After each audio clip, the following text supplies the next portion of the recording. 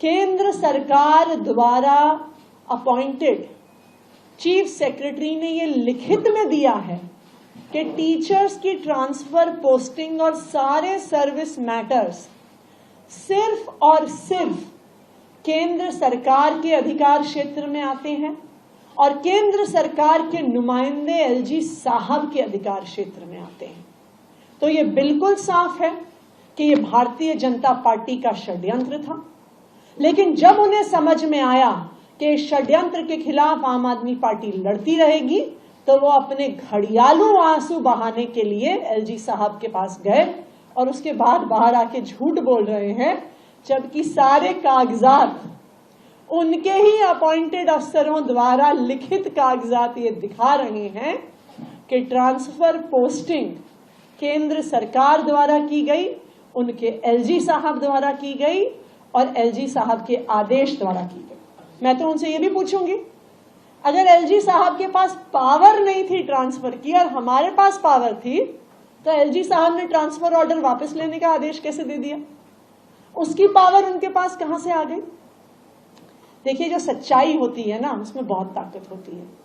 सच्चाई आखिरकार पूरे देश के सामने, पूरी दुनिया के सामने आ ही जाती है। और भारतीय जनता पार्टी का ये षड्यंत्र, दिल्ली के सरकारी स्कूलों को तबाह करने का षड्यंत्र, आज देश के सामने आ गया। भारतीय जनता पार्टी ने एक मिशन किया था 2015।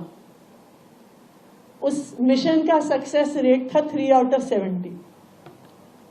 फिर भारतीय जनता पार्टी ने कहा था, उनका एक बना मिशन 2020, और उन्होंने कहा था अब की बार 45 पार करने निकले थे, 8 पर सीमित रह गए। अब 2025 में जिस प्रकार के कांड वो लगातार कर रहे हैं दिल्ली वालों को परेशान करने के लिए, चाहे वो अपनी हरियाणा सरकार के माध्यम से दिल्ली का पानी रुकवाना हो, चाहे दिल्ली के सरकारी स्कूलों को खराब करने का षड्यंत्र हो, चाहे अपने अफसरों के माध्यम से, अपने एलजी साहब के माध्यम से मोहल्ला क्लिनिक की दवाइयां रोकना हो, ओपीडी के डेटा एंट्री ऑपरेटर्स को हटाना हो, जितने षड्यंत्र भारतीय जनता पार्टी रचेगी, उतना जोर की तमाचा दिल्ली वाले उन्हें मारेंगे।